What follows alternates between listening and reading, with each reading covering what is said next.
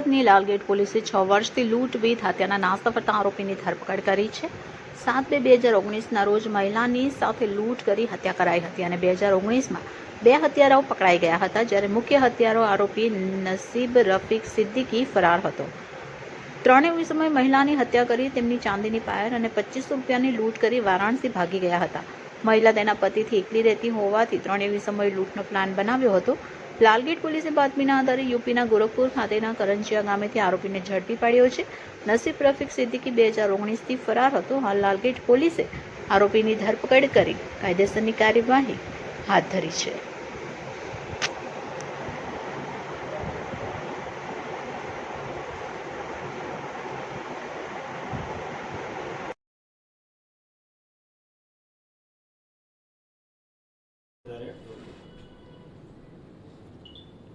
સુરત શહેરમાં Lalgate police station વિસ્તારમાં તારીખ 7/2/2019ના રોજ એક મર્ડરનો ગુનો દાખલ થયેલો હતો, જેમાં એક મહિલાની જોડે લૂંટ કરીને તેનું મર્ડર કરવામાં આવેલું હતું.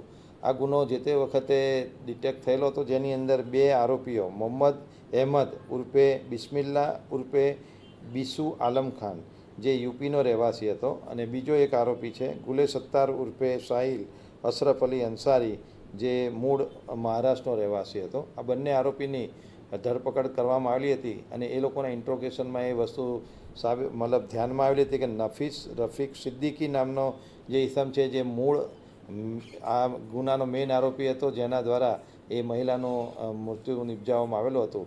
પરંતુ આ નફીસ રફીક સિદ્દીક એ છેલ્લા 2019થી ધરપકડ ટાળવા માટે છુપાતો ફરતો હતો અને પોલીસ આની અંદર મહેનત કરી રહી હતી. પરંતુ હ્યુમન ઇન્ટેલિજન્સ દ્વારા લાલગેટ પોલીસને માહિતી મળેલી હતી કે આ ઈસમ યુપીની અંદર છુપાયેલો છે, તો પોલીસની ટીમ સતત તેના વોચમાં રહી અને ગોરખપુર કરંજાવા ગામ ખાતેથી આ જે આરોપી છે નસીબ રફીક સિદ્દીકી, એને અત્યારે અટક કરેલી છે અને યુપીથી એને અટક કરી અત્યારે કાયદેસરની કાર્યવાહી હાથ ધરવામાં આવેલી છે અને અટક કરીને આગળના એના રિમાન્ડ અને જે કંઈ વિધિ છે એ પોલીસ દ્વારા કરવામાં આવશે. આ જે ગુનો 7/2/2019ના રોજ નોંધાયેલો, એમાં આ જે મહિલા હતા એ એના પતિના અગાઉના એક છોકરા સાથે એકલી રહેતી હતી અને આ એકલી લેડી રહેતી હોવાના લીધે આ આરોપીઓ કોઈ કામ ધંધો ન હોય, એમને એવું હતું કે એની પાસેથી પૈસા મળશે એટલે એ લોકોએ લૂંટનો પ્લાન બનાવેલો હતો અને ચાંદીની પાયલ અને 2500 રૂપિયાની જે તે વખતે એ લોકોએ લૂંટ કરેલી હતી, જે તપાસની અંદર એ વખતે ફલિત થયેલું હતું. અને એ આરોપીઓ તરત જ મર્ડર કરીને જે તે વખતે વારાણસી ભાગી ગયેલા હતા અને ત્યાંથી પછી પોતપોતાના વિસ્તારમાં જતા રહેલા તેવું તપાસમાં અત્યારે પ્રાથમિક દ્રષ્ટિએ જણાઈ આવેલું છે.